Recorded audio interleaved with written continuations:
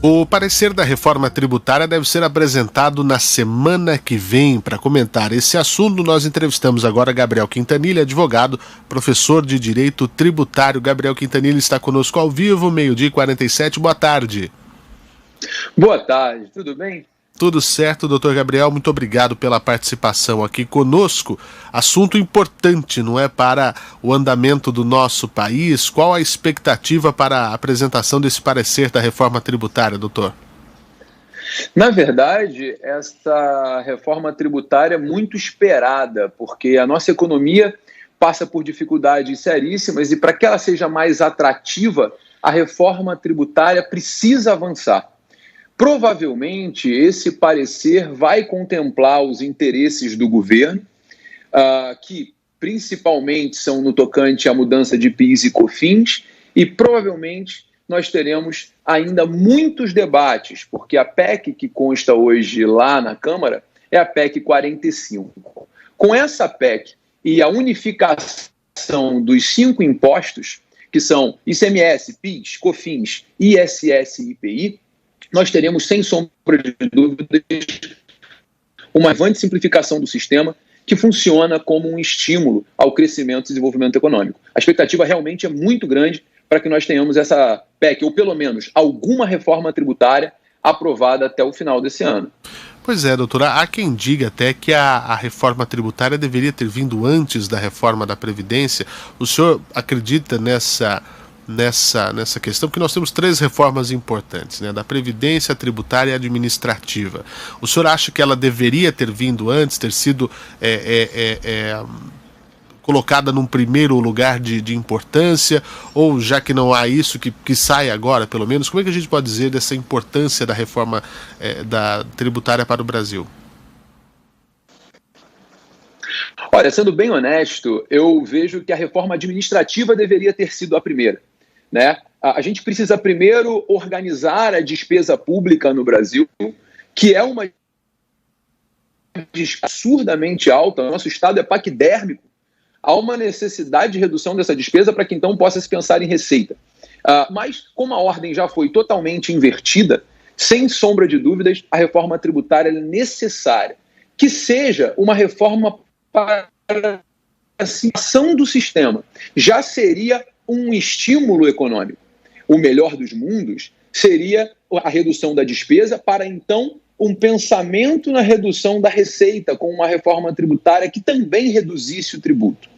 Mas, como o ótimo é inimigo do bom, que venha pelo menos a reforma tributária e uma reforma que diminua, por exemplo, o tempo para recolhimento de tributos, que, de acordo com estudos do Banco Mundial, no Brasil gasta-se 1.500 horas por ano só para recolher tributos, ou seja, nós estamos 1.200 horas atrás do Japão, 1.250 horas atrás da Argentina, ou seja, somos um país com muitas obrigações acessórias e um custo tributário altíssimo que é independente do tributo em si.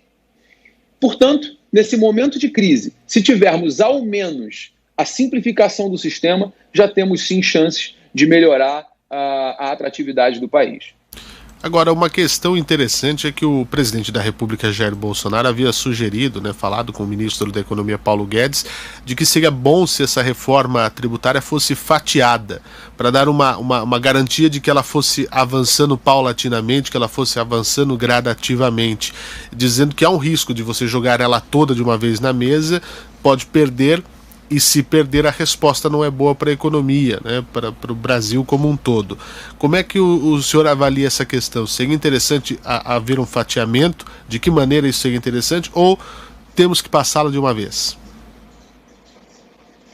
A PEC 45, que tramita hoje na Câmara, e a PEC 110, que tramita no Senado, elas são propostas de emenda à Constituição que são muito complexas de fato.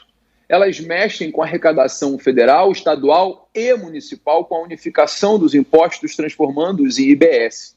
É claro que isso vai gerar muita confusão e vai gerar muitas demandas de estados e municípios. Governadores e prefeitos sentirão a perda de arrecadação com as PECs.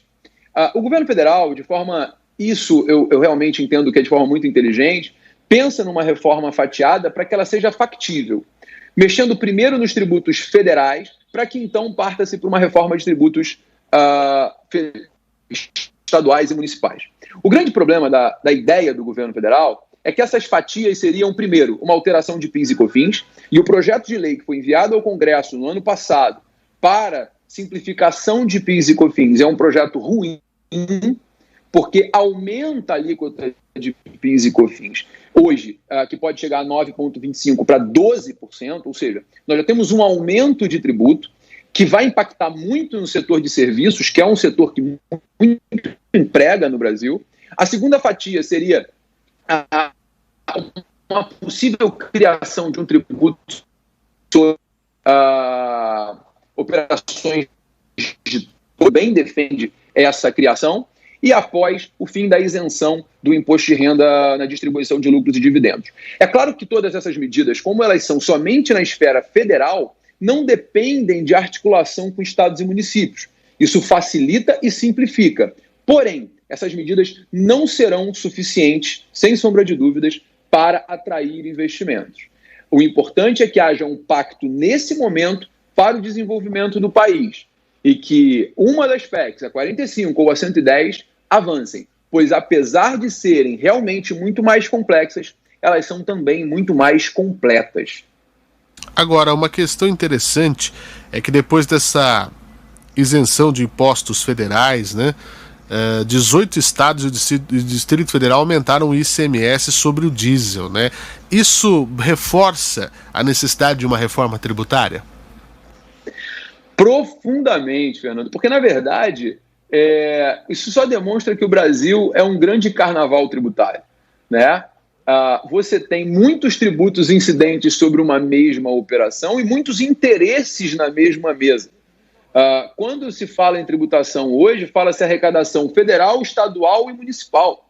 Nós temos 3 entes federados tributando operações econômicas e 3 entes federados que querem manter a sua arrecadação, principalmente no momento de crise. Os municípios, por exemplo, com a sua arrecadação de ISS e IPTU, eles estão passando dificuldades profundas com a crise econômica e as sequências de fechamentos da economia. Os estados tiveram uma perda de arrecadação de ICMS altamente relevante. Portanto, é claro que a reforma tributária ela passa a ser necessária, e isso só reforça a necessidade de aprovação da PEC 45 ou da PEC 110, ainda que com alguma modificação, porque elas tirariam esse tipo de problema do nosso sistema tributário. Pois tanto a PEC 45, que provavelmente é a que vai avançar na frente, quanto a PEC 110, ela unifica IPI, unifica ISS, unifica ICMS, que são respectivamente tributos federais, municipais e estaduais. Isso faz com que haja uma simplificação do sistema e isso faz com que esse tipo de distorção, né, não aconteça mais. Ou seja, o governo federal zera a alíquota e o governo estadual aumenta a alíquota. É o famoso tapa aqui, descobre ali. Pois essa é uma questão que precisa ser realmente muito observada. No Brasil temos muitos tributos, paga-se muito, arrecada-se muito, mas a distribuição depois ela é mal feita, né, doutor? Nós vemos que há uma distorção daquilo que é arrecadado para aquilo que é realmente efetivado na vida da população. Esperamos, portanto, que essa proposta traga realmente mudança efetiva, que seja mais simplificado, tanto para o consumidor, para o empreendedor, que a gente também sabe que é uma dificuldade muito grande. Essa é a expectativa, então, meu caro Gabriel Quintanilha? A expectativa é que realmente avance. Talvez o momento pandemia seja um estímulo para que a reforma avance e nós tenhamos aí um sistema mais simples que atrai investimentos. O Brasil precisa necessariamente atrair investimentos para que a gente retome o crescimento econômico. E com o sistema tributário brasileiro confuso como está, dificilmente nós teremos uma atratividade de investimentos, principalmente investimentos estrangeiros. Afinal de contas, se nós, que nascemos nesse sistema confuso, temos dificuldade de entender, imagina como funciona para o estrangeiro. Bom, eu não vou muito longe, né, Fernando? O Brasil é o único país do mundo que tem um sistema chamado Simples Nacional. Ou seja, a gente precisa de um microsistema chamado Simples Nacional para microempresas e empresas de pequeno porte, porque elas não são capazes de suportar o sistema regular que existe no país. Pois é, eu acho que esse é o grande. A gente tem que dar um nome, tem que para tentar dar uma cara de mais simplificado, quando na realidade não tem nada de simples. Tem toda a razão, é isso mesmo. Gabriel Quintanilha, advogado, professor de Direito Tributário, falando aí sobre a reforma tributária, que deve ser apresentado o parecer na semana que vem. Doutor Gabriel, muito obrigado pela participação conosco aqui, de maneira muito didática, muito clara, trazendo o seu ponto de vista. Volte sempre na nossa programação. Eu que agradeço. Foi um prazer enorme, sempre às ordens. Muito bem. 12h58.